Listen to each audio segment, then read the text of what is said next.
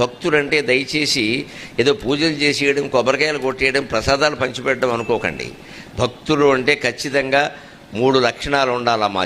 మాటల్లో సత్యం ఉండాలి, చేతల్లో ధర్మం ఉండాలి, మనస్సులో భగవంతుడు ఉండాలి. అది భక్తులు అంటే అర్థం.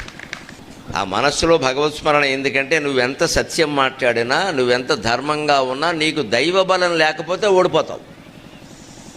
మనం ధర్మంగా ఉన్నాం, ధర్మం గెలుస్తుంది అనుకోకండి. పాండవులు వాళ్ళంతా వాళ్ళు గెలవలేరు, చచ్చి చెడి నానాయాతంలో పడ్డాడు కృష్ణ పరమాత్మ.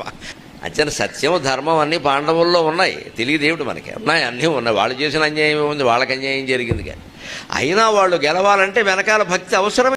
భక్తులంటే దయచేసి ఏదో పూజలు చేసేయడం, కొబ్బరికాయలు కొట్టేయడం, ప్రసాదాలు పంచిపెట్టడం అనుకోకండి. భక్తులు అంటే ఖచ్చితంగా 3 లక్షణాలు ఉండాలమ్మా. మాటల్లో సత్యం ఉండాలి, చేతల్లో ధర్మం ఉండాలి, మనస్సులో భగవంతుడు ఉండాలి. అది భక్తులు అంటే అర్థం. ఆ మనస్సులో భగవత్